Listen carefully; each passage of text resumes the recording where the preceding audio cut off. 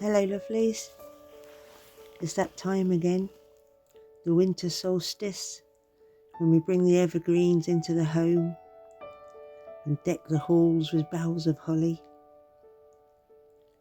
celebrating the renewal of nature and the return of the light. The Isles of Britain and Ireland have been influenced by many cultures, from Celtic druids cutting the mistletoe from the sacred oak with their golden scythes, the Roman Saturnalia feasts, and the Saxon and Viking Yule festival. More about that later. The solstices have been celebrated for centuries past, marking actual astronomical events occurring around the 21st of June or December, turning points when the hours of daylight shift. Thousands of years ago, our ancestors recognised these important days, as seen in our ancient monuments, our original calendars. New Grange in Ireland and Mace Howe in Orkney are specifically aligned to sunrise on the winter solstice. England's Stonehenge is aligned to the sunrise on the summer solstice and sunset on the winter solstice. In some folklore, we see the spirit of winter and the green man, later merged with the Holly King and the Oak King. The Holly King, representing the darker half of the year, has reigned since the summer solstice. At winter solstice, he does battle with the Oak King, who will defeat him and rule over the lighter, warmer days until the return match at midsummer. This cyclical battle represents the natural ebb and flow of the seasons and the balance between dark and light. The robin, classic symbol of the winter season, may accompany the Oak King, representing the new year with the promise of longer days and the warmth of spring around the corner.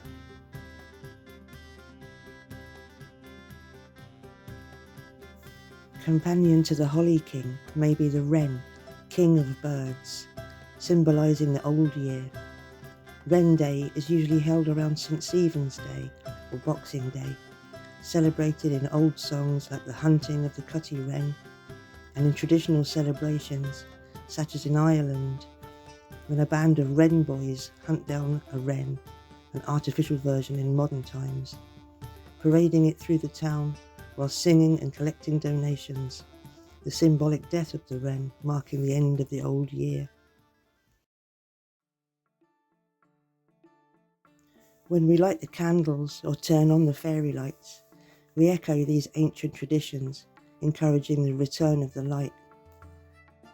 Bringing greenery into our living spaces serves as a reminder of our connection to the natural world, as it would have done for our ancestors before us. The decorations that adorn our homes have their origins in ancient times too, from the Germanic-influenced Christmas tree to the wreaths that we hang on our doors, symbolising the circle of the seasons and the natural cycle of life. It was believed that the wreath may bring protection and good fortune to the household.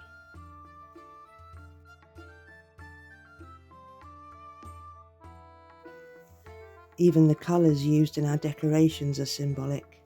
Red for the warm glow of the fire, green for the colour of nature and new life, gold for the sun, white for the snow and the colour of peace.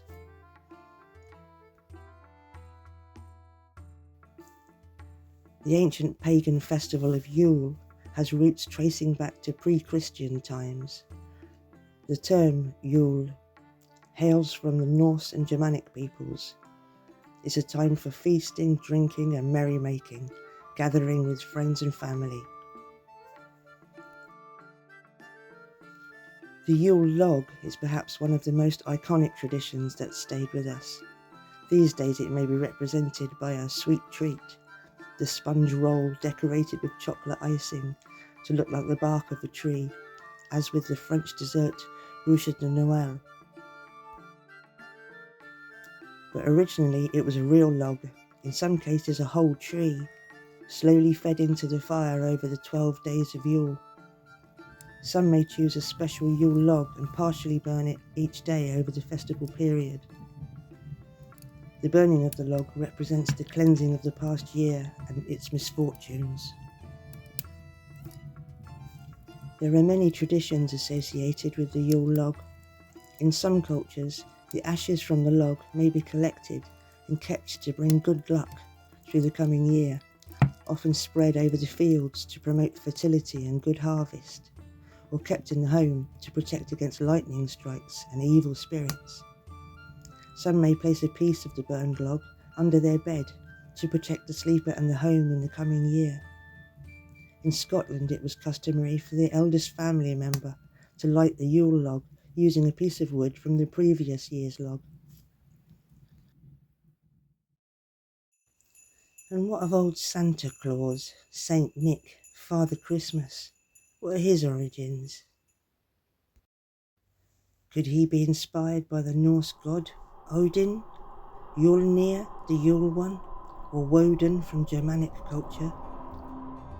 Odin, who leads the wild hunt, roaming the skies on the cold dark night of the winter solstice, and the veil between the worlds is thin. Upon his 8-legged horse, Sleipnir, accompanied by a ghostly entourage of spirits and deceased warriors, ravens and a pack of howling wolves. Odin is also known as a provider of gifts, but only to those who respect him and offer him assistance. Otherwise, to see and hear the wild hunt is an ill omen indeed, leading to misfortune and doom.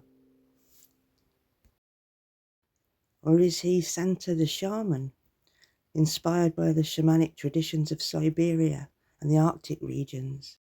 During the winter solstice, shamans would perform rituals to ensure the return of the sun and bring good fortune to the community. They may consume the hallucinogenic toadstool Amanita muscaria, with its renowned red and white colours, to aid them on their visions. The reindeer, native to these regions, also consume the toadstools, leading to the altered behaviour such as seemingly flying or jumping.